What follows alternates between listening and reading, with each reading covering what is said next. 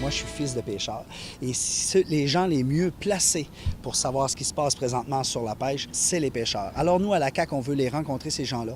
On veut voir c'est quoi leur idée, qu'est-ce qu'ils ont à nous proposer, travailler tout ça, analyser la chose et après ça, amener une formule pour arriver à régler le problème. De plus, question les usines qui ont fermé dernièrement à cause des zones de pêche, il faut absolument, dès l'élection, dès que je serai au pouvoir, prendre ça en main pour ne pas que ça se reproduise l'an prochain et que nos usines ont un manque à gagner. C'est très déplorable la manière que ça s'est passé cette saison-ci. Les pêcheurs ont dû écourter leur saison de pêche, mais le redécoupage aurait pu être fait de manière plus intelligente et permettre que la saison se termine au moment prévu. Alors qu'on travaille en concertation avec les acteurs de la pêche et bien sûr qu'on soutienne tous les projets de recherche pour s'assurer qu'on protège l'environnement et que la baleine noire ne soit pas affectée.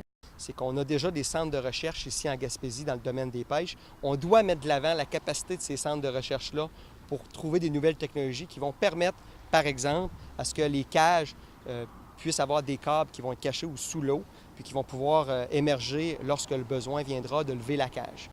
D'abord, la biodiversité est quelque chose qu'il faut préserver. La baleine, par rapport aux baleines, c'est important qu'ils puissent survivre. C'est sûr qu'il faut s'asseoir avec les pêcheurs. Hein. C'est eux qui pêchent, c'est eux qui ont les solutions.